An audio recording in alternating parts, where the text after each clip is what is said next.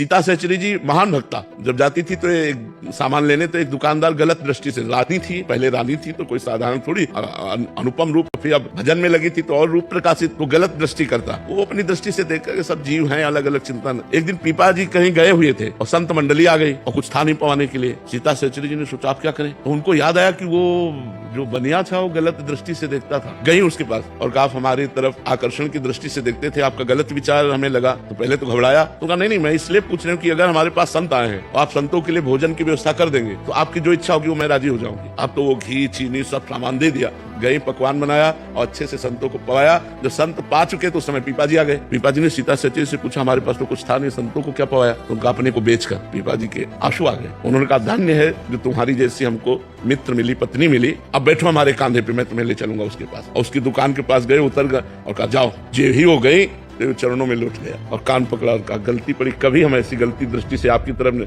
आप जैसे मतलब उसको ज्ञान हो गया क्योंकि उसका अन्न संतों के पेट में गया तो उसकी बुद्धि पवित्र हो गई। वो चरणों में गिरा और कहा माता आप कभी ऐसी हो। ऐसे ऐसे चरित्र आते हैं भक्तों की, मतलब होश उड़ जाए। वो भक्तों को जितना प्यार किया संतों ने उतना भगवान को भी नहीं किया।